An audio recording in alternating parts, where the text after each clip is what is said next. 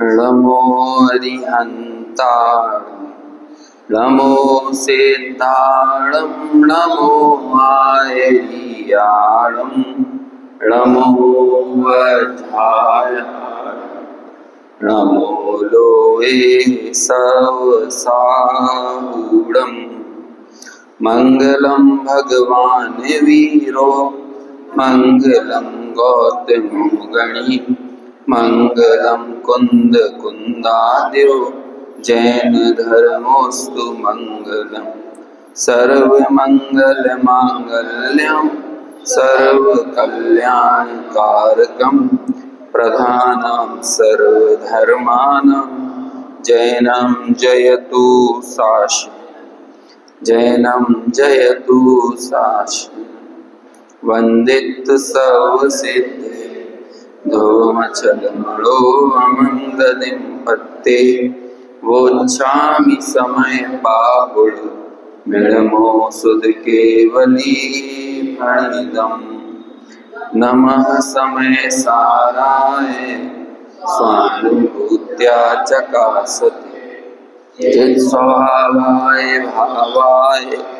सर्वभावान्तरच्छिदे। समय सार ग्रंथादिराज की गाथा नंबर 7। दर्शन ज्ञान और चारित्र के भेद से भी उस आत्मा में अशुद्धता आती है, अर्थात गुण भेदों की चर्चा करने पर भी जो आत्मा अनुभव में आता है वो शुद्ध आत्मा नहीं है, क्योंकि हमने एक अखंड अभेद आत्मा में उसके गुणों के कारण भेद स्थापित कर दिया। इसलिए अनुभूति के काल में उन समस्त गुण भेदों का निषेध करते हुए आचार्य इस गाथा को लिखते हैं कि ये जो गुण भेदों की चर्चा की गई है ये सब व्यवहार न्याय का कथन है। व्यवहार न्याय ऐसा कहता है कि आत्मा में दर्शन ज्ञान चारित्र इत्यादि अनेक प्रकार के भेद पाए जाते हैं, लेकिन जब हम उसे शुद्ध न्याय से देखते हैं तो वो कैसा है, उसमें ज्ञान नहीं, दर्शन नहीं, चारित्र नहीं, वो तो मात्र एक ज्ञायक भाव है। तो इस तरह से वो अनुभूति में आने वाला ज्ञायक, दृष्टि का विषयभूत आत्मा कैसा है उसकी चर्चा आचार्य यहाँ पर कर रहे हैं। क्योंकि आचार्य ने संकल्प लिया था कि मैं तुम्हें एकत्व विभक्त आत्मा बताऊंगा, तो जब अनेकाकार यानी भेदों में पड़ा हुआ आत्मा दर्शाया जाए तो वो कभी भी हमारी स्थिरता का कारण नहीं हो सकता। उन भेदों को देखने से विकल्प ही खड़े होते हैं, भेदों को देखने से चंचलता ही होती है, और ऐसे चंचल चित्त में, विकल्पों से युक्त चित्त में कभी भी आत्मा यानी ज्ञायक भाव अनुभव में नहीं आता। इसे समझने के लिए हम नयों की चर्चा कर रहे थे। व्यवहार नय के 4 भेद हमने देखे हैं। अभी निश्चय नय के 4 भेदों पर भी थोड़ी सी चर्चा करके फिर इसकी टीका के आधार से विषय को आगे बढ़ाएंगे। एक बार फिर से अपन इस गाथा का पाठ करते हैं, फिर अपनी चर्चा को आगे करेंगे। व्यवहारेणुवदिस्सदी णाणिस्य चरितदंसणं नाणं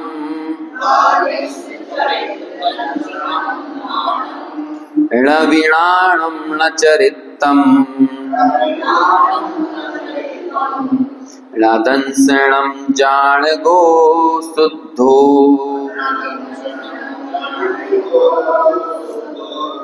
पद्यानुवाद। चारित्र दर्शन ज्ञान भी व्यवहार कहता ज्ञानी के, चारित्र नहीं दर्शन नहीं, नहीं ज्ञान ज्ञायक शुद्ध है। व्यवहार न ऐसा कहता है कि आत्मा के दर्शन ज्ञान चारित्र ऐसे भेद होते हैं, लेकिन शुद्ध ने कहता है कि नहीं, उसमें ऐसे कोई दर्शन ज्ञान चारित्र के भेद नहीं, वो तो एक अभेद ज्ञायक भाव है। ये इसका सामान्य अर्थ हुआ। हमने ये बात की थी कि ये व्यवहार न्याय जो भेद डालता है वो कौन सा व्यवहार न्याय है। 4 प्रकार के व्यवहार न्यायों में जो दर्शन ज्ञान चारित्र के भेद डालता है, इन चारों में से कौन सा है? है? नंबर 1, नंबर 2, नंबर 3 या नंबर 4? 4 नंबर है ना, क्योंकि सब अलग अलग बोलते हैं तो समझ में नहीं आ रहा कि क्या बोला है, उपचरित कि अनुपचरित। अनुपचरित कौन सा? सद्भूत, क्योंकि ज्ञान दर्शन चारित्र आदि की सत्ता है, सत्ता से इनकार नहीं है।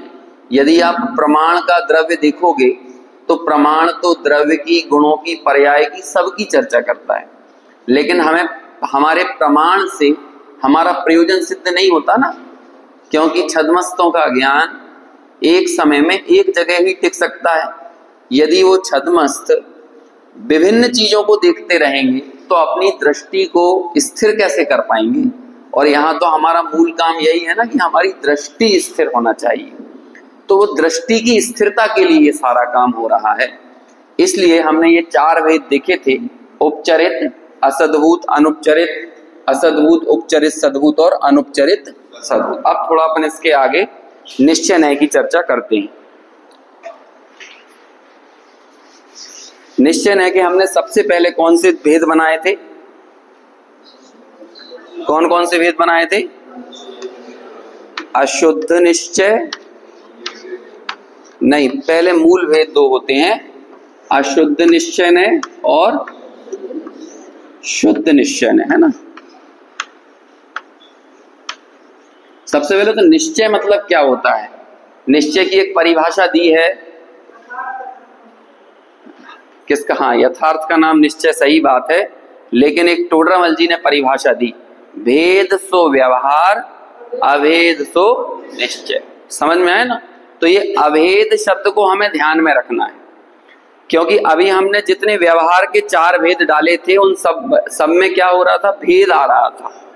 जैसे कि संयोगों से आत्मा को बताना, ठीक है, तो संयोग प्रत्यक्ष भिन्न है, आत्मा प्रत्यक्ष भिन्न है, लेकिन हमने संयोगों को और आत्मा को एक करके उसका परिचय दिया।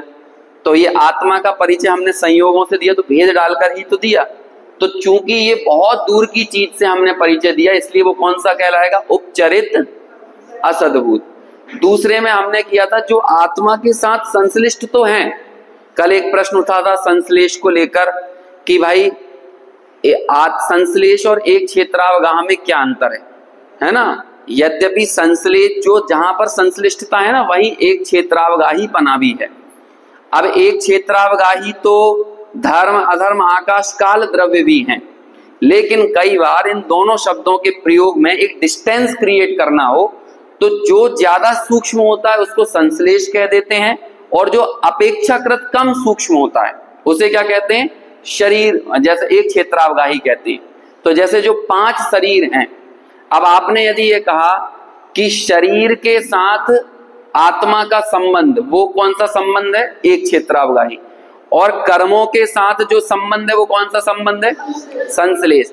लेकिन यदि ऐसा कहेंगे तो एक दूसरा सवाल ये खड़ा होता है कि शरीर में एक कारमाण नाम का शरीर भी तो होता है, तो कारमाण शरीर के साथ क्या कहें? एक क्षेत्रावगाही या संश्लेष? तो एक्चुअल में ये दोनों शब्द जो हैं एक ही अर्थ को बताते हैं, लेकिन हमें जब अपेक्षाकृत डिस्टेंस क्रिएट करना हो कि ये जो औदारिक शरीर है और कारमाण शरीर है, ये 2 शरीर हैं, तो औदारिक शरीर क्या है? स्थूल है। ये 5 शरीरों का क्रम कैसे बनाया है? सबसे पहले औदारिक, फिर वैक्रियक, फिर आहारक, फिर तेजस और कारमाण। कैसे बनाया है? जब आप स्थूल से सूक्ष्म की तरफ बढ़ते हो तो इस क्रम में ही बढ़ना पड़ता है। सबसे स्थूल औदारिक शरीर, सब, उसके बाद वैक्रियक, उसके बाद आहारक, उसके बाद तेजस और सबसे सूक्ष्म कारमाण, है ना। ये 5 ही शरीरों से एक क्षेत्रावगाह संबंध होता है यदि ये कोई शरीर का धारण करता है कोई भी जीव, और 5 ही शरीर से संश्लिष्टता भी होती है।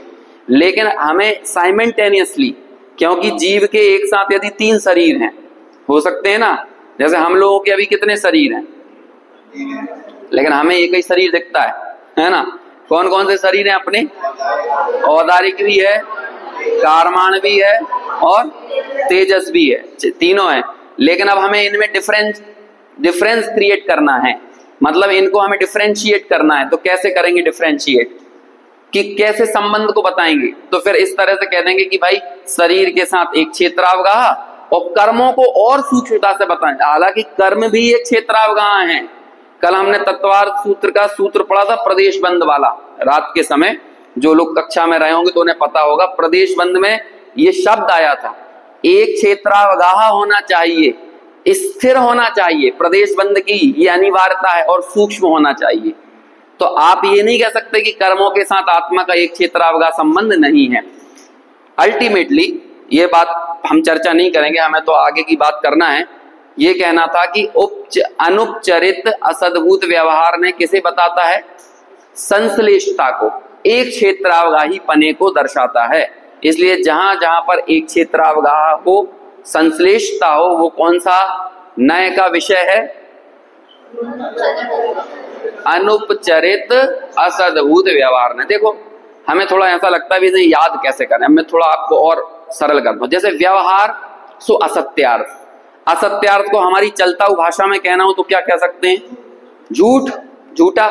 यद्यपि एक बात ध्यान रखना, मैं ये बता जरूर रहा हूं, लेकिन झूठा मतलब व्यवहार नहीं होता। व्यवहार और निश्चय मतलब सच और झूठ के बीच में जो चीज होती है ना, उसका नाम होता है व्यवहार। और सच और झूठ के बीच में जो होता है वो होता है उपचार। यदि झूठ हो जाएगा ना व्यवहार, सर्वथा झूठ कह दोगे आप उसे, तो फिर बहुत सारा आगम भी हमारा झूठा सिद्ध हो जाएगा। इसलिए फॉर्मेलिटी, उपचार से शक्कर के डिब्बा, तो शक्कर का डिब्बा क्यों कहा शक्कर के डिब्बे को? तो मम्मी ने बच्चे से बोला शक्कर का डिब्बा ले आओ, तो क्या मम्मी झूठ बोल रही है? शक्कर के संयोग से शक्कर का डिब्बा है। घी का घड़ा, घी के संयोग से घी का घड़ा है। झूठ नहीं है, लेकिन 100% सत्य भी नहीं है। लेकिन सत्य और झूठ के बीच में क्या है? उपचार है। लेकिन जब निश्चय पैदा हो जाता है ना, निश्चय खड़ा हो जाता है, तो निश्चय खड़ा होने के बाद क्या करेगा? अपने नीचे वाले व्यवहार को ऐसे ही दिखाएगा कि तुम झूठे हो, क्योंकि वो व्यवहार को इसी तरह से निषेध करेगा। अरे तुम हो ही नहीं, तुम गलत ही बोल रहे हो। हम स्टील का डिब्बा खरीदने जाएं और आज पहले के जमाने में शक्कर की मिठाई बनती थी, तो उससे बोलते थे कि तू अपने अलग अलग आकार में बना दे, तो उससे बोलोगे कि डिब्बे के आकार की मिठाई बना दे, तो वो शक्कर को डिब्बे के शेप में ढाल देगा। आजकल मालूम है डिस्पोजेबल आइटम को जो हम फेंक देते थे तो कचरा क्रिएट होता था, तो आजकल ऐसी प्लेट बनने लगी हैं जिसे आप खाना खा लो पहले प्लेट में, बाद में प्लेट को भी खा लो। इस तरह की प्लेट बनती हैं, बनने लगी ना। ये इको फ्रेंडली एनवायरनमेंट के लिए ऐसा किया जा रहा है कि आप डिस्पोजेबल प्लेट फेंकते थे पहले, तो वो प्लेट भी ऐसे बनती थी कि आटे की प्लेट बना दी, किसी ज्वार की बना दी, ज्वार के आटे की प्लेट बना दी, तो पहले खाना खा लो उसमें और बाद में वो प्लेट को भी खा लो, तो प्लेट भी अच्छी लगेगी। तो अब बोलो, अभी मान के चलो है, हाँ पहले भी बनती थी, आज फिर वो कल्चर आ रहा है वापस। फिर वही कि आप वो प्लेटों को फेंकते थे तो कचरा बनता था ना, इको फ्रेंडली एनवायरनमेंट के लिए ऐसा होने लगा। तो अभी मान के चलो एक प्लेट है, अब एक प्लेट को आप कितने तरह से बता सकते हो?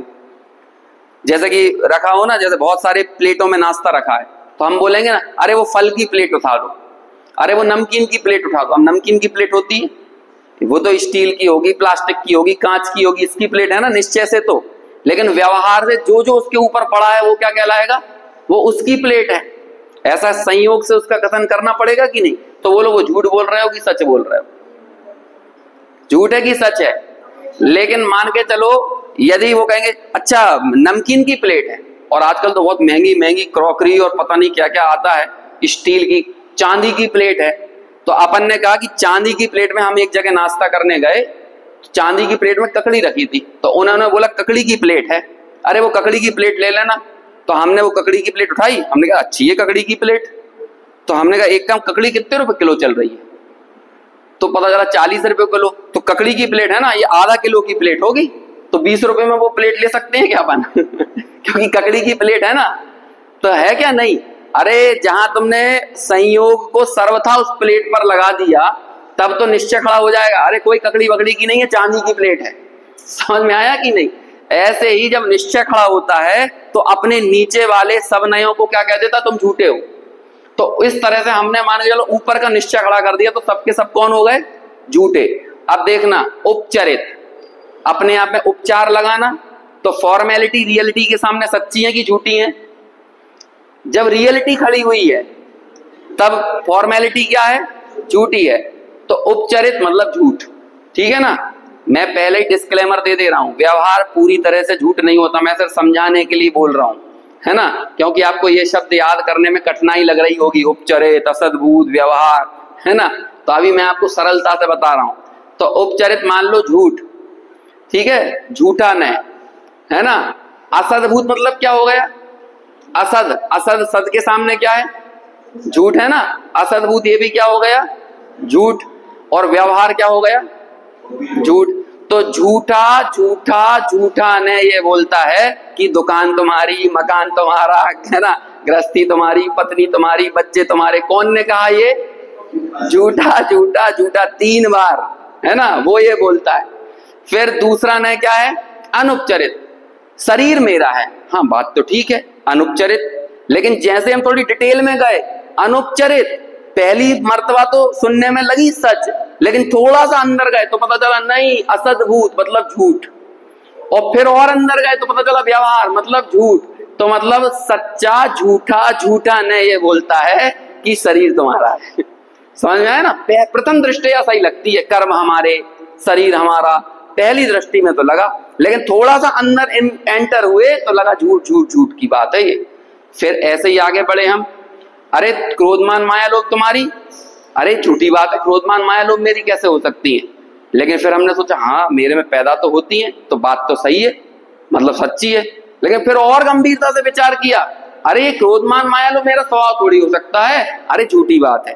पहली दृष्टि में भी झूठ लगी, थोड़ा सा सोचा तो लगा हाँ शायद सच्ची होगी, फिर और सोचा तो पता चला झूठ है। तो झूठा सच्चा झूठा ने ये बोलता है कि क्रोधमान माया लोभ हमारे। समझ में आया।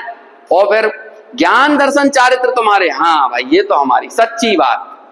फिर और डिटेल में जाकर सोचा तो सद्भूत, यानी हाँ सच्ची बात। लेकिन और गहराई में गए तो विचार किया कि अरे अभेद आत्मा में ज्ञान दर्शन चारित्र का भेद कैसे हो सकता है। तो सच्चा सच्चा झूठा ने क्या बोलता है कि ज्ञान दर्शन चारित्र मेरे हैं। तो ये सच्चा सच्चा झूठा कौन है, सच्चा मतलब अनुपचार, झूठा मतलब उपचार, है ना, ठीक है। अभी 100% झूठ मत लगा लेना यहाँ पे, मैं तो सिर्फ समझाने के लिए बता रहा हूं। सच्चा मतलब अनुपचार, मतलब ये फॉर्मेलिटी की बात नहीं है, कंपैरेटिवली रियलिटी की बात है। दर्शन ज्ञान चारित्र हाँ हम में ही होते हैं, लेकिन दर्शन ज्ञान चारित्र का ये जो भेद हमने खड़ा किया ना, जो लग रहा है हाँ अनुपचार है, हाँ सद्भूत है, लेकिन ये भेद क्रिएट किया तो ये क्या है, ये व्यवहार है। इसलिए सच्चा सच्चा झूठा ने क्या बोलता है, दर्शन ज्ञान चारित्र ये मुझ में है। लेकिन जब निश्चय ने खड़ा है ना ऊपर, सबका पिता सबका पापा दादा जो भी कहना हो, उसके लिए तो नीचे के सब झूठे हैं, क्योंकि वो तो अभेद अखंड को बताने वाला है। तो इस तरह से ये भेद कल्पना जहां जहां पर खड़ी होती है वो सब क्या है, व्यवहार हैं। तो अब निश्चय पे आ जाते हैं, अभेद सो निश्चय। तो अभेद में क्या हुआ, अभेद में क्या हुआ, ये जो अशुद्ध न है ना, ये अशुद्ध पर्यायों के साथ तन्मय द्रव्य को विषय बनाता है। ये नहीं कहेगा आत्मा में क्रोध, ये क्या कहेगा, क्रोधी।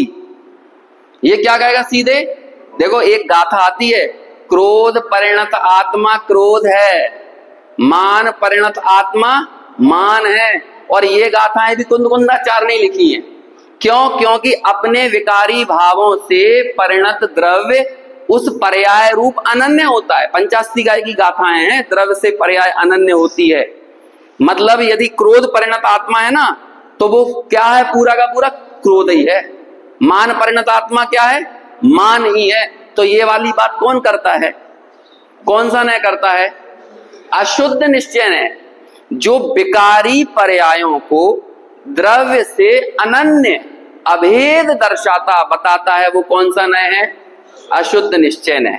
ठीक है, तो इसमें नाम अपन यही लिख देते हैं, अशुद्ध निश्चय न्याय, एक ही है ये अपने आप में।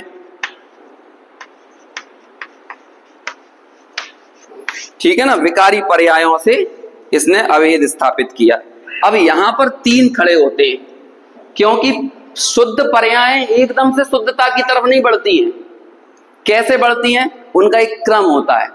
पहले आप पार्टली शुद्ध होगे, जैसे कि संवर और निर्जरा किसको कहते हैं? आत्मा में शुद्धि की उत्पत्ति बराबर संवर, आत्मा में शुद्धि की वृद्धि इज इक्वल टू निर्जरा, और आत्मा में शुद्धि की पूर्णता मतलब मोक्ष। इसका मतलब शुद्धि की जहां पर पूर्णता दिखाई जाने लगे तो शुद्धि अलग अलग एंगलों में बढ़ती है। जैसे कि वीतरागी, एक वीतरागी कहना ये अपने आप में शुद्धि को दर्शाना है। तो अब आप किसी वीतरागी वाली अवस्था गुण स्थानों में कहां पर मिलेगी आपको? पूर्ण वीतरागी अवस्था कहां मिलेगी? 12वें में। सर्वज्ञ ये वाली शुद्धता कहां पर मिलेगी? अब ज्ञानावरणी आदि कर्म झड़ गए ना, तो सर्वज्ञता वाली ज्ञान की पूर्ण शुद्धता निर्मलता कहां पर मिलेगी? अरहंतों में। और अशरीरी निकल परमात्मा सिद्ध भगवान, ऐसी शुद्धता कहां पर मिलेगी? मोक्ष में मिलेगी। तो शुद्धता के लिए हमारे पास 3 एंगल मिल गए ना।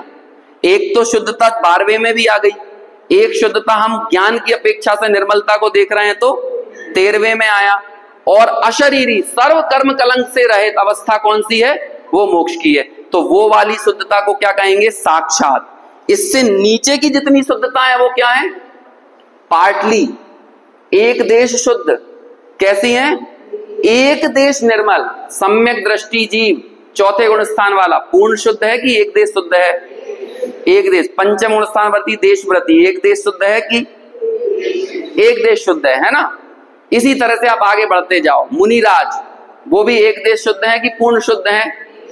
क्योंकि संजलन कषाय का सद्भाव पड़ा हुआ है ना, तब तक वो क्या है? एक देश। तो जब तक एक देश शुद्ध पर्यायों से आत्मा का परिचय दिया जाए, वो सारी की सारी दृष्टियां कौन सा नय है? एक देश शुद्ध पर्यायों से आत्मा का परिचय देना, वो दृष्टि, वो विषय कौन से नय का विषय है? उस नय का नाम है एक देश शुद्ध निश्चय ने। तो यहां पर लिख दिया अपन ने एक देश शुद्ध निश्चय ने। और जहां पर पूर्ण शुद्ध पर्यायों से परिचय दिया जाने लगे तो वो पूर्ण शुद्ध निश्चय ने। कौन सा निश्चय ने हो गया? इसका मतलब अभी एक तो रह गया ना। कौन सा रह गया है? अरे इस पूर्ण को ही साक्षात बोलते हैं, है ना। हाँ, परम शुद्ध निश्चय ने। तो ये अब कौन सी चीज बच गई? हमने पूर्ण शुद्धता को भी शामिल कर लिया, एक देश शुद्धता को भी शामिल कर लिया, अशुद्धता को भी शामिल कर लिया। अब कौन सी चीज बच गई? कौन सी चीज बची है? अरे इन सर्व विकार और अविकार से रहित मूल द्रव्य को विषय बनाने वाली दृष्टि, जिसे कारण शुद्ध पर्याय कहते हैं। देखो, यदि कारण ना हो तो कार्य वैसा प्रकट नहीं हो सकता। यदि कारण विद्यमान नहीं हो ना तो कार्य विद्यमान नहीं हो, कार्य की उत्पत्ति नहीं हो सकती। ये सिंपल नियम है। इसके लिए आपको जैन दर्शन पढ़ने की जरूरत नहीं है। इसके लिए फिजिक्स केमिस्ट्री जो पढ़ना है वो पढ़ लो, रिसर्च पढ़ लो आप, है ना। आपको वहां मिल जाएगा कि कारण होगा तो कार्य होगा, कारण की विद्यमानता से कार्य होगा। अब आप ये बताओ, जो सिद्ध भगवान अनंत काल तक शुद्ध हैं, तो कौन सा कार्य पैदा हो रहा है सिद्धों में? शुद्धता का कार्य पैदा हो रहा है ना। हर क्षण हर पर्याय उनकी कैसे जा रही है? शुद्ध शुद्ध शुद्ध शुद्ध शुद्ध शुद्ध। तो बोलो वो शुद्ध पर्याय काय में से आ रही है? किस में से आ रही है? कोई एक कारण विद्यमान है ना, वहां से ही तो आ रही होगी। सम्यक दृष्टि हुआ कोई जीव, तो वो जो सम्यक दर्शन की पर्याय जिसे शुद्ध कह रहे हैं, प्रगट शुद्ध पर्याय, वो प्रगट शुद्ध पर्याय कहां से आ रही है? उसके लिए कोई आधार होगा कि नहीं? वहां से ही तो आएगी कि जादू से आ रही है? कहां से निकली? वो सम्यक दर्शन की पर्याय कहां से आई? वो शुद्ध पर्याय कहां से आई? ये साइबेरिया, हिमालय की महत्व पता है आपको? हिमालय का क्या महत्व है कि साइबेरिया से आने वाली ठंडी हवाओं को ये रोकता है, लेकिन फिर भी, और इसका खुद तो ठंडा रहता है, लेकिन कई बार क्या होता है ना, साइबेरिया से ना भी आ रही हो, गर्मी का मौसम हो, तब भी आप हिमालय के नजदीक जाओगे तो ठंडक का एहसास होगा कि नहीं? यदि अपेक्षाकृत गर्म हवाएं भी हिमालय से टकराएंगी तो हिमालय उन्हें कैसा कर देगा? ठंडा कर देगा कि नहीं? ऐसे ही ये ज्ञान की प्रगट पर्याय है जो कि कसायों की अग्नि में जल रही है। लेकिन ये कसायों की अग्नि में कब जलती है? कि जब तक ये त्रिकाली ज्ञायक के हिमालय को नहीं छूती है।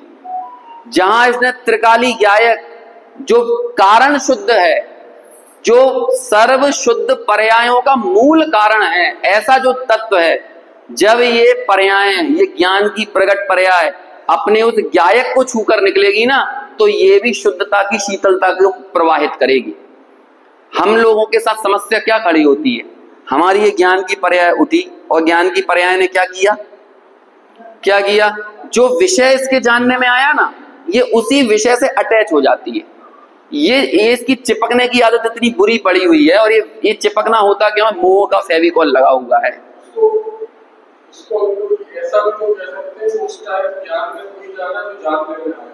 लेकिन ज्ञान में जो जानने में आया वो तो आया, लेकिन ज्ञान जब दूसरे विषय को जान रहा था तब ज्ञान खुद भी जानने में आया कि नहीं आया? यही तो हमने पिछली गाथा में पढ़ा था ना, दीपक की भांति पर प्रकाशन की दशा में भी स्व प्रकाशन विद्यमान है कि नहीं? जिस समय, अरे ये दो ट्यूबलाइटें क्यों दिख रही हैं? जब ये ट्यूबलाइट जली तो हमने वो ट्यूबलाइट क्यों जलाई? ताकि ये ट्यूबलाइट दिख सके, इसलिए जलाई। अरे ये ट्यूबलाइट जब जली तो इसने दूसरों को तो दिखाया ही, इसने अपने आप को भी दिखाया। ऐसे ही जब ज्ञान ने परद्रव्य को जाना तो परद्रव्यों को तो जाना ही, लेकिन अपने को नहीं जाना क्या? लेकिन हम लोग करते क्या है? हम लोगों को आकाश में कुछ ना कुछ देखने की आदत है, आकाश देखने की आदत नहीं है। समझ में आया ना? हमें कुछ ना कुछ देखना है ना, आकाश में नीला रंग, आकाश में पक्षी, आकाश में चांद तारे सितारे, लेकिन अकेला आकाश नहीं देख सकते क्या? सामान्य को क्यों नहीं देखते हो? उसमें विशेष देखने की आदत कब तक विद्यमान रहेगी? हमारा ये समय सार ये कह रहा है सामान्य को देखने की दृष्टि पैदा करो। ज्ञान में कुछ क्यों देखना है? ज्ञान को क्यों नहीं देखना? अकेले ज्ञान को देखने की हैबिट डालो ना अपनी। ज्ञान में कुछ ना कुछ क्यों देखा? हमारे साथ बड़ी समस्या है, कुछ ना कुछ स्पेशल, विशेष के पीछे इतने भाग रहे हैं कि हमें सामान्य का कभी आनंद ही नहीं आता है। अभी मौसम अच्छा हो गया तो ठीक है, यदि आपको नेचुरल आनंद लेना है तो आप जहां पर बैठे हो वहीं बैठकर आनंद लो ना। लेकिन नहीं, मौसम अच्छा हो गया तो विशेष देखने आप कहां चलो? लेक व्यू पे चलो, मानव संग्रहालय चलो, भोजपुर चलो, सांची चलो। क्यों जाना है? कि कुछ ना कुछ होना चाहिए, समथिंग स्पेशल। ये समथिंग स्पेशल की जो हमारी डिमांड है ना, बड़ी भयंकर है। और इस स्पेशल को मांगने के चक्कर में हमने पूरी दुनिया खड़ी कर दी है। अब बोलो, पानी बुझाने के लिए क्या चाहिए? वो प्यास बुझाने के लिए क्या चाहिए? पानी चाहिए। लेकिन सामान्य पानी से काम कहां चलता है? फिर तो थम्स अप हो कि कोका कोला हो कि मिरिंडा हो कि, है ना, और स्प्राइट हो, कौन कौन सी चीजें हो। फिर लोगों ने बोल ही दिया ठंडा मतलब, या ठंडा मतलब पानी, है ना? है मूल स्वभाव शीतलता किसका है? पानी का है। लेकिन ये बाजार की ताकतें आपके दिमाग में स्पेशल कुछ घुसा देती हैं, और ताकि हम लोगों के दिमाग में तुरंत आदमी कहीं भी जाकर क्या बोलेगा? ठंडा या गर्म? तो बोले ठंडा। तो ठंडा मतलब क्या याद आना चाहिए? पानी याद आना चाहिए, कोका कोला याद नहीं आना चाहिए। क्योंकि ये पानी के संयोग से आप अनंत चीजें क्रिएट कर सकते हो, और हो रही हैं। सिंपल सी प्यास बुझाना थी, मुफ्त में काम हो सकता था। लेकिन हम लोगों ने विशेष के चक्कर में एक बड़े रेस्टोरेंट में गए। अब आप 5 इंद्रियों के विषयों के साथ पानी पियोगे तो वो जो मुफ्त का पानी है ना, वो कम से कम 70 रुपए का पड़ेगा। पड़ता है कि नहीं? क्यों? क्योंकि जब हम बैठे हैं तो स्पर्शन इंद्रिय का विषय, थोड़ा एसी भी चलना चाहिए, है ना। अब जब बैठे हैं तो पानी ऐसी सिंपल थोड़ी, थोड़ा सा उसमें टेस्ट होना चाहिए, थोड़ा सा सोडा होना चाहिए, थोड़ा सा उसके अंदर है मिठास होना चाहिए। आप डिमांड कर लो रसना की, कितनी डिमांड होगी। फिर गंध होना चाहिए, जो वहां पर जो फूल वूल की खुशबू आती रहती है, रेस्टोरेंट में जाओगे तो गंध का भी विषय चाहिए। सामने देखने के लिए कुछ चाहिए, चक्षु इंद्रिय का विषय कि टीवी चल रही हो, मैच चल रहा हो, ठीक है ना। कर्ण इंद्रिय का विषय एक अच्छा सा गाना गुनगुना रहा हो, सॉफ्ट म्यूजिक। अब बोलो वो मुफ्त का पानी कितने का पड़ेगा? सामान्य का आनंद लेते तो आसानी से मिल जाता। विशेष के चक्कर में फंसोगे तो कोई अंत ही नहीं है। ये हमारी जेब खाली हो रही है ना आज के समय में, सामान्य को ग्रहण करने के लिए नहीं हो रही है, विशेष को ग्रहण करने के लिए हो रही है। और बाजार की ताकतें इंसान को इतना मूर्ख बनाती है कि दिमाग को गिरवी रख देता है वो। फिर यहाँ पर, और यही काम हमारा यहाँ पर होता है, हम गेयों को ढूंढने के चक्कर में इतने बेगाने हो जाते हैं कि जो सामान्य नित्य अनुभव में आने वाला ज्ञान है ना, वो किसी को नहीं दिखता। हम आपसे कह रहे हैं कि आसमान को देखना सीखो, आसमान में कुछ देखना मत सीखो, ऐसे ही ज्ञान भाव को देखना सीखो, ज्ञान भाव में कुछ देखना मत सीखो। जैसे कि आप प्रश्न कर रही थी ना, समस्या है, हम जब अकेले ध्यान लगा के बैठते हैं तो हमें पता नहीं क्या क्या दिख जाता है। अरे तो दिख जाने दो ना, वो नहीं दिखेगा तो ज्ञान ज्ञान नहीं रह जाएगा। यदि आपको घर दिख गया, गृहस्थी दिख गई, दुकान की छेड़खानी क्यों करना है? वो गे की अशुद्धता ज्ञान में नहीं आती, यही तो बता रहे हैं। यदि आपको क्रोध आ गया, मान आ गया, मायाचारी आ गया, डिप्रेशन आ गया, तनाव दिख गया, ये तनाव को देख लिया ना आपने ज्ञान में, कितनी अच्छी बात है, कितनी अच्छी बात है। आपका डिप्रेशन आपके ज्ञान में दिख गया, इससे अच्छा क्या बात है? आपके लिए मजेदार बात यदि कुछ है, आनंदकारी बात यह है, 3 काल में डिप्रेशन कभी ज्ञान में घुसेगा नहीं। हाँ, तो यही तो पकड़ना है। ये पकड़ इसलिए ही तो नहीं पा रहे कि अभ्यास नहीं है।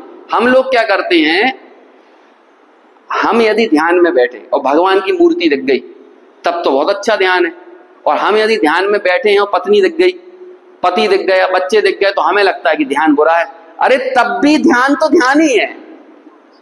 यदि आपको प्रतिमा दिखी तो उस गेय से भी भेद विज्ञान करना है, और पत्नी बच्चे दिखे तो उस भेद से, उससे भी भेद विज्ञान करना है। ज्ञान से गेयों को हटाना नहीं है, ज्ञान में गेयों को बदलना नहीं है।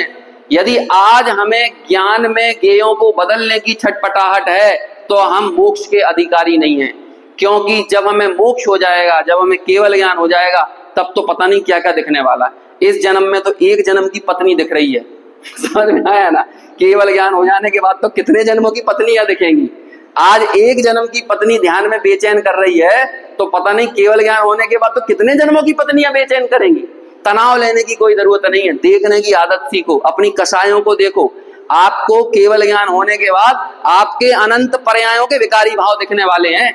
आज हम एक समय के विकारी पर्याय की भाव को झेल नहीं पा रहे अपने ज्ञान में, तो हमारी पात्रता कैसे पकेगी अनंत पर्यायों के विकारी भावों को देखने की? तो यही तो बात कह रहे हैं, यही विचलित पने से तो बचने के लिए सब समझना पड़ रहा है। यदि वो विचलित ना कर रहे होते ना, तो अभी हम मोक्ष में होते। ये विचलित कर रहे हैं, इसी अभ्यास को तो तैयार करना है। यही तो लाभ हानि, इष्ट अनिष्ट, अनुकूल प्रतिकूल की ये जो झूठी मान्यताएं चल रही, इनसे ही तो ऊपर उठना है। इसे ही समझाने के लिए तो समय सार है। और ये विचलितपना तभी जाएगा जब सामान्य को देखने की आदत होगी। आसमान में दृश्य मत लेकर आओ, आसमान को देखो। टीवी को देखना सीखो, टीवी में पिक्चर देखना मत सीखो। समझ में आया? क्या है, टीवी जिस तरह से बिल्कुल निरपेक्ष है, उसमें कौन सा दृश्य चल रहा है, लेकिन यहाँ बैठा हुआ आदमी पता नहीं उसका हाल बेहाल होता रहता है। अब ये वाली पिक्चर आ गई, अब ये आ गई, हाथ में रिमोट लेके देखने की ऐसी आदत है कि एक का भी मजा नहीं ले पाता। चलता है कि नहीं? ये विशेष को क्रिएट करने के चक्कर में आज कम से कम 1700 चैनल चलते हैं, और ओटीटी प्लेटफॉर्म आ गए हैं कम से कम हजारों, और एक एक ओटीटी प्लेटफॉर्म पर घंटों घंटों का, लाखों लाखों घंटों का कंटेंट है। और हर दिन यूट्यूब पर इतना कंटेंट आ रहा है ना, हर दिन, एक दिन में, कि एक दिन के कंटेंट को आपको पचाने के लिए पूरी जिंदगी लग जाएगी। एक दिन में इतना कंटेंट आ रहा है। अब बोलो ये विशेष को क्रिएट करने की आदत देखो कितनी, कितना देखोगे आप, कितना देखोगे। मोबाइल में आप मान के चलो एक लंदन की कितनी रील होंगी यूट्यूब पे, एक लंदन को बताने वाली, लेकिन आदमी ऐसा है कि बार बार देखेगा। एक बिग बैन को बार बार देखेगा, बिग बैन वो है ना लंदन का, पार्लियामेंट स्क्वायर के पास, एक वो टावर ब्रिज को हजारों बार देखेगा, एक एफिल टावर को 50 बार देखेगा। क्यों देख रहा है? 50 अलग अलग रील से, कोई अंत ही नहीं है ना। एक बार समझ लो ना, ज्ञान मात्र भाव में मैं जब गेयों को जान रहा हूं, उस काल में भी मेरी अनुभूति तो ज्ञान से ही है। मैं ज्ञान का ही वेदन कर रहा हूं, ज्ञान का ही अनुभव कर, ये है सामान्य, ये सामान्य की दृष्टि। जिस दिन ये सामान्य की दृष्टि अपने भीतर आ गई, उस दिन गेयों के कारण जो विचलितपना हो रहा है ना, वो ज्ञान के कारण नहीं हो रहा। किसके कारण हो रहा है? हमें लग रहा है कि ये सारे गेय ज्ञान में घुस रहे हैं, और हम पहले तो प्रभावित होकर गेयों को जानते हैं और फिर गेयों को जानकर प्रभावित होते हैं। केवली भगवान में और हम में यही तो अंतर है। केवली भगवान अप्रभावित होकर जानते हैं और जानकर भी अप्रभावित रहते हैं, और हम प्रभावित होकर जानने जाते हैं और जानने के बाद पुनः क्या होते हैं? प्रभावित होते हैं। यही तो दृष्टि को छुड़ाना है। खैर चलो, अभी परम शुद्ध निश्चय को बताते बताते यहाँ तक पहुंच गए।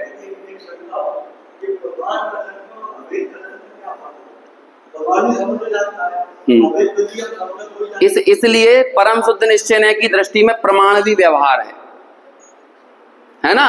परम शुद्ध निश्चय न्याय की दृष्टि में प्रमाण भी व्यवहार है, क्योंकि परम शुद्ध निश्चय न्याय तो एकदम एक्यूरेट अपने प्रयोजनभूत तत्व को साधने के लिए ही बैठा है। इसलिए कहते हैं कि प्रमाण से प्रयोजन की सिद्धि नहीं होती, इसलिए प्रमाण पूज्य नहीं है। ऐसा कहा हमारे न्यायाचार्यों ने, जबकि केवल ज्ञान होने के बाद प्रमाण दृष्टि विकसित होने वाली है, क्योंकि केवल ज्ञान होने के बाद सब एक साथ जानने में आएगा ना। इसलिए केवल ज्ञान को तो कह रहे हैं वो प्रमाण दृष्टि ने वीतरागता को पैदा किया, लेकिन उस वीतरागता तक जाने के लिए हमने किसकी शरण ली है? किसकी शरण ली? परम शुद्ध निश्चय न्याय की। परम शुद्ध निश्चय न्याय के विषय की शरण ली, परम शुद्ध निश्चय न्याय की शरण नहीं ली। किसकी शरण ली? परम शुद्ध निश्चय न्याय के विषय की। चांद को दिखाने के लिए मैंने उंगली दिखाई, आपने उंगली की शरण ली या उंगली जहां दिखा रही है उसकी शरण ली? चांद को देखने के लिए कौन सी शरण है? यदि चांद को देखने वाली नजर में उंगली भी शामिल हो गई ना तो चांद नहीं दिखेगा। ऐसे ही परम शुद्ध निश्चय न्याय के विषय में परम शुद्ध निश्चय न्याय भी शामिल हो गया तो उसका विषय नहीं दिखेगा। हम आपको क्या दिखा रहे हैं यहां पर? इन 6वीं और 7वीं गाथा में परम शुद्ध निश्चय न्याय का विषय दिखा रहे हैं, परम शुद्ध निश्चय न्याय नहीं दिखा रहे हैं। परम शुद्ध निश्चय न्याय देखना हो तो न्याय चक्र में जाना, लेकिन 6वीं 7वीं गाथा में परम शुद्ध निश्चय न्याय नहीं है, परम शुद्ध निश्चय न्याय का विषय है। वो विषय हमें दिख जाए इसलिए हम न्याय को देख रहे हैं, बस इसलिए न्याय को देख रहे हैं। न्याय को समझ के हम लोगों के को पीएचडी नहीं करना है, और अपनी अपनी समय को देख लो, समय का दायरा जिस तरह से आगे बढ़ा है, उम्र जिस तरह पड़ाव पर पहुंच चुके हैं, तो अभी इतना हमारे पास समय नहीं है कि हम न्यायों में मास्टरी हासिल करें, हैं न्याय के आचार्य बन जाएं। अब तो हमारे पास वो समय चल रहा है कि अब हमें क्या दिखना चाहिए? वो विषय ही दिख जाना चाहिए, ज्ञान सामान्य की अनुभूति होना चाहिए। लेकिन वो ज्ञान सामान्य की अनुभूति हो सके इसलिए हम सरसरे तौर पर इनको समझ रहे हैं, लेकिन आपके पास और समय हो तो और समझो। हम तो कहते हैं समझना ही चाहिए। हमारे पास घर गृहस्थी दुकान मकान चलाने के लिए तो बहुत समय है, उसका तो कोई हमको छोर नहीं दिख रहा है। पता नहीं कहाँ तक पैसा कमाना है, कौन सा एक लास्ट मोमेंट है जहां तक हमें पैसा आना चाहिए, और वो पैसा कमाने के नाम पर हम सहानुभूति भी लेते हैं, है ना। पैसा कमाने के नाम पर आप सहानुभूति लेते रहेंगे। घर में मेहमान आ गए हैं, उनके लिए खाना बनाना है, इसके नाम पे हम सहानुभूति लेते हैं। क्या सहानुभूति लेते हैं? घर में मेहमान आ गए इसलिए स्वाध्याय में नहीं आ पाए, तो मतलब सहानुभूति ले लो। हमें सहानुभूति की जितनी चिंता है ना इतनी सहानुभूति की नहीं है, इसलिए सहानुभूति होती भी नहीं है। बस सहानुभूति मिलेगी सहानुभूति, चीटी बन जाओगे मिलेगी सहानुभूति। अरे देख के चलना मर ना जाए, अरे देख के कौन बने? हम ही बने हैं। हमें अभी इस पर्याय में सहानुभूति लेने में मजा आ रहा है ना, तो वहां पे सहानुभूति जिंदगी भर यही मिलेगी, ऐसी ऐसी पर्याय मिलेंगी। सहानुभूति की कद्र करो तो सहानुभूति के मोहताज नहीं बचेंगे अपन। सिद्धों के साथ कोई सहानुभूति नहीं जताते सहानुभूति सिद्धों के साथ। तो सिद्ध पर्याय कहां से प्रकट हुई? सहानुभूति से कि स्वानुभूति से? तो इसलिए जानना ही चाहिए। जब आत्मा की महिमा आई है तो विशेष को जानो। टोडरमल जी ने लिखा है, आप क्या करोगे? त्रिलोक आदि को भी जानता है, गुण स्थान मारणा स्थान को जाता है, महापुरुषों के कथानकों को पढ़ता है, इन सब प्रकार से अपनी समता को, अपने वीतराग भाव को पुष्ट करता है। जब आपको आत्मा की कद्र आएगी ना तो आत्मा से जुड़ी हुई हर बात की कद्र आएगी। जब हमें क्रिकेट अच्छा लगता है ना तो विराट कोहली भी अच्छा लगता है, विराट कोहली का ऑटोग्राफ भी अच्छा लगता है, समझ में है ना। ऐसे ही जब आत्मा अच्छा लगता है तो आत्मा को पाने वाले साधक भी अच्छे लगते हैं, महापुरुष भी अच्छे लगते हैं सब, और उन केवलियों के द्वारा लिखी गई बातें भी अच्छी लगती हैं। हमें सबके प्रति प्यार और प्रेम और प्रीति उमड़ती है। वीतरागता के प्रति प्रीति उसका नाम व्यवहार है, और वीतरागता की उपलब्धि उसका नाम निश्चय है। बस इतना ही है। पहले वीतरागता की प्रीति पैदा करो, लेकिन उस प्रीति को उपादेय मत मानो। प्रकट तो क्या करना है? वीतरागता करना है।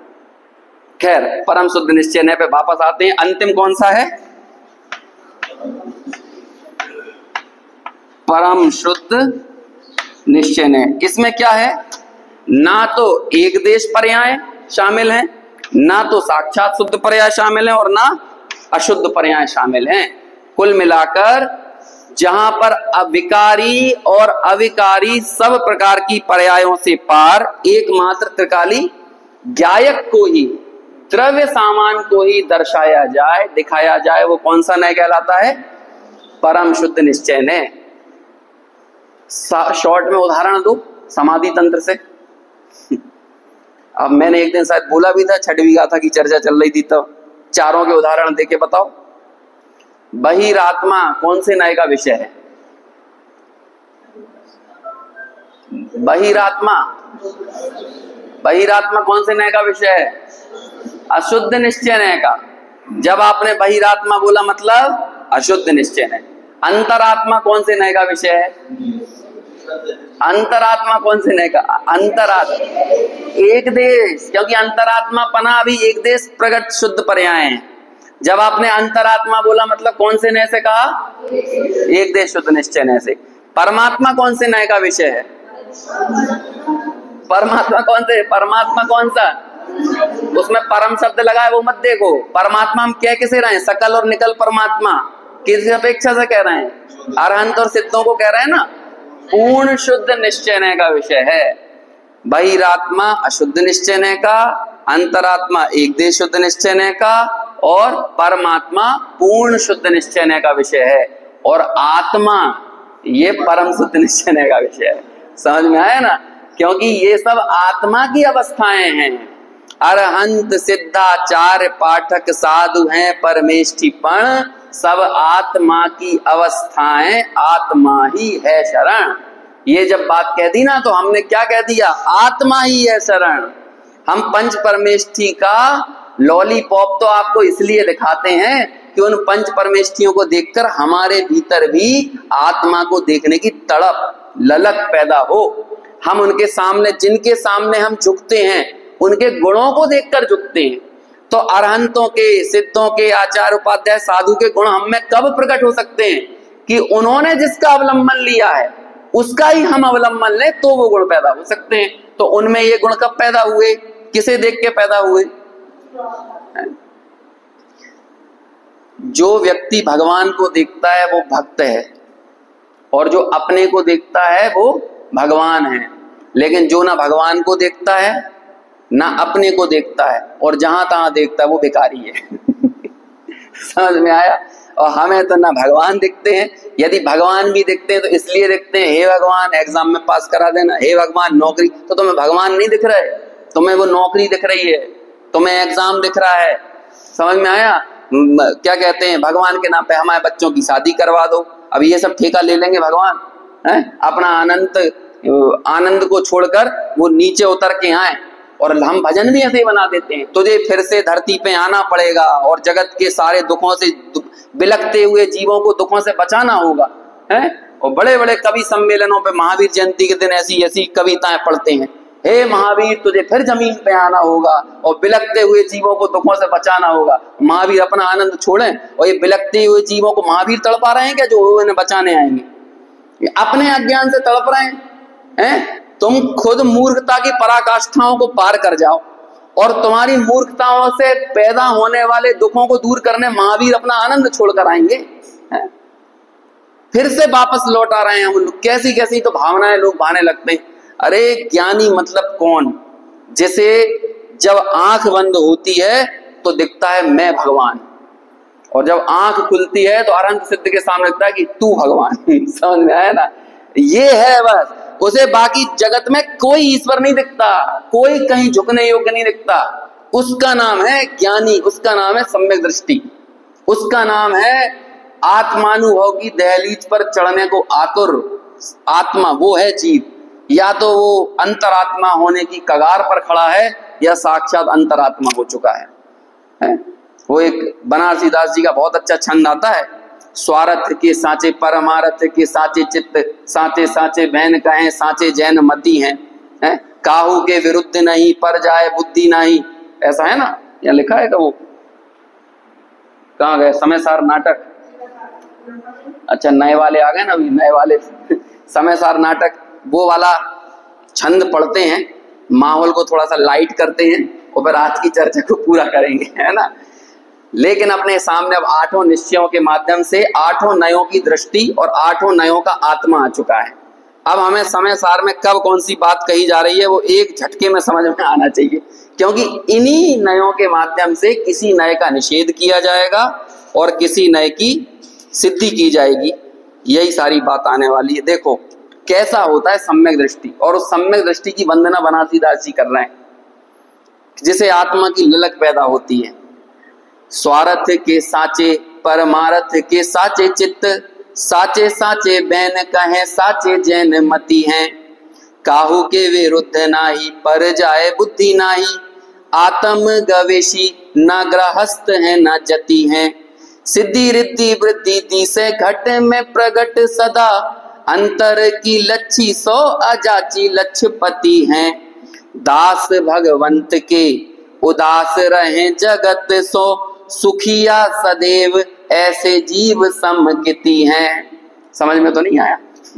देखो क्या है, स्वार्थ के साचे परमार्थ के साचे चित्त, जिनका चित्त स्वार्थ का सच्चा है।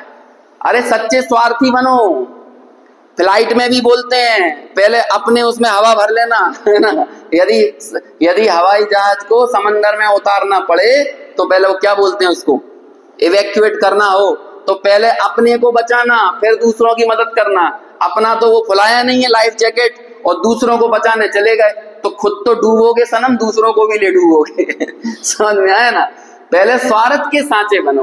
देखो भगवान क्या करते हैं, 12 वर्ष तक महावीर भगवान स्वार्थ के सच्चे हुए, तब जाकर उनकी वाणी खिरने लगी तो परमार्थ के भी सच्चे हो गए, दूसरों का भी हित साधने लगे।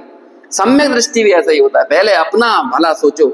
हमें भले की परिभाषा ही नहीं मालूम और दूसरों का भला करने चले हैं, बुरा करेंगे।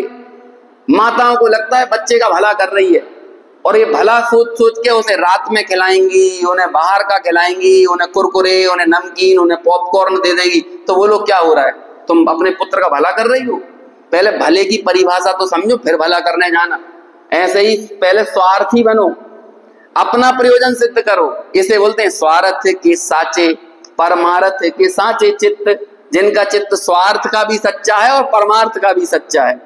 साचे साचे बैन कहे साचे जैन मति है, और वही सच्ची बातें करते हैं। जो सम्यक दृष्टि है ना, उससे पहले तो सब झूठ बोल रहे हैं। हम लोगों को दूसरों की जो खैर खबर रहती है ना, झूठ की खैर खबर है, सच्ची बात में तो वही करता है।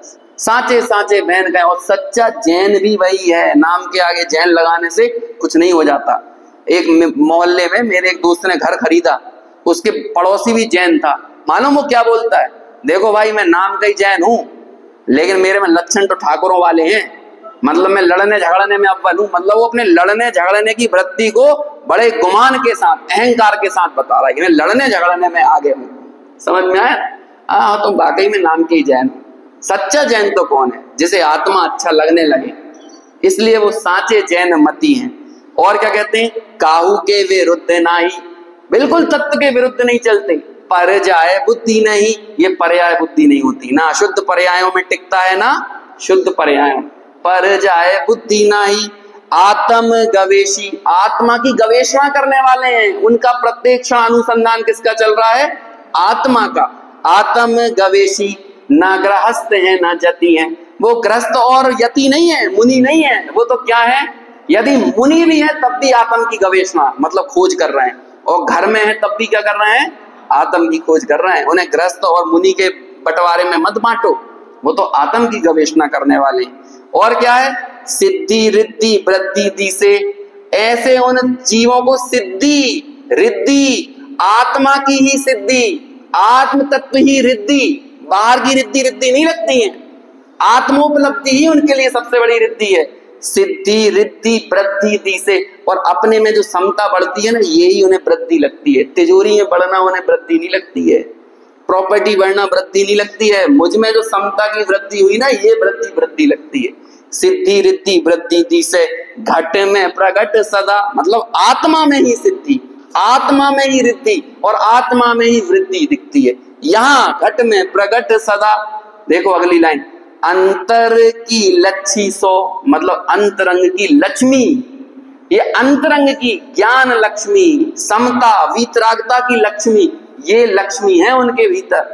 अंतर की लक्ष्मी सो अजाची लक्ष्यपति हैं, अंतर की लक्ष्मी जिनकी प्रकट हुई है वो ही लखपति हैं। आज से 600 साल पहले का लखपति, बनारसी दादी 550-600 साल पहले हुए थे ना। आज का लखपति तो गरीबी रेखा में बेचारा, है ना। तो लक्षपति मतलब बनारसी दास जी के समय, बनारसी दास जी के समय सोना कितने का आता होगा? अरे और कम का, 54 रुपए तोला होगा। अब सोचो 54 रुपए तोले वाले युग में बनारसी दास जी कह रहे हैं वो लखपति है। अब आज के समय में तो पता नहीं क्या हो जाएगा, वो खरा बरा नील मील पति हो जाएगा कौन से नील मील और पता नहीं क्या क्या होते हैं, वो पति हो जाएगा। असली लखपति कौन है? जिसकी अंतर की लक्ष्मी प्रकट हुई है। और एक शब्द है अजाची, मतलब दुनिया से याचना नहीं कर रहा, भोगों के प्रति बेगाना नहीं है कि मुझे ये पैसा मिल जाए, ये रुपया मिल जाए, ये धन, ये संपत्ति। अजाची, बेकारी नहीं है, वो खुद लखपति है क्योंकि उसकी अंतर की लक्ष्मी प्रकट हुई। बाहर में फटे कपड़ों वाला दिख सकता है आपको, लेकिन अंदर में लखपति है, ये कह रहे हैं। और दूसरा व्यक्ति बाहर में बड़े बड़े महलों मकानों में दिख सकता है, लेकिन कह रहे हैं वो गरीब है क्योंकि भोगों के पीछे भिखारी बना फिर रहा है। अंतर की लक्ष्य सो अजाची लक्ष्यपति है। और क्या अंत में क्या कहा? दास भगवंत के। यदि किसी का दास भी है तो किसका है? भगवान का। आंखें खोलता है तो कौन दिखता है? भगवान दिखते। दास भगवंत के उदास रहे जगत सो, और बाकी पूरे जगत से क्या रहता है? उदास रहता है। सुखिया सदैव, और हमेशा क्या है? अरे रोटी नहीं मिले उसे तब भी सुखिया है, मौत की कगार पर हो, बीमारियां हो गई हैं तब भी सुखिया है। सुखिया सदैव ऐसे जीव समकिति हैं, वो है समकिति। और ऐसे सम्यक दर्शन का जन्म होता है इस दृष्टि के विषय वाले भगवान आत्मा से। और विशेष चर्चा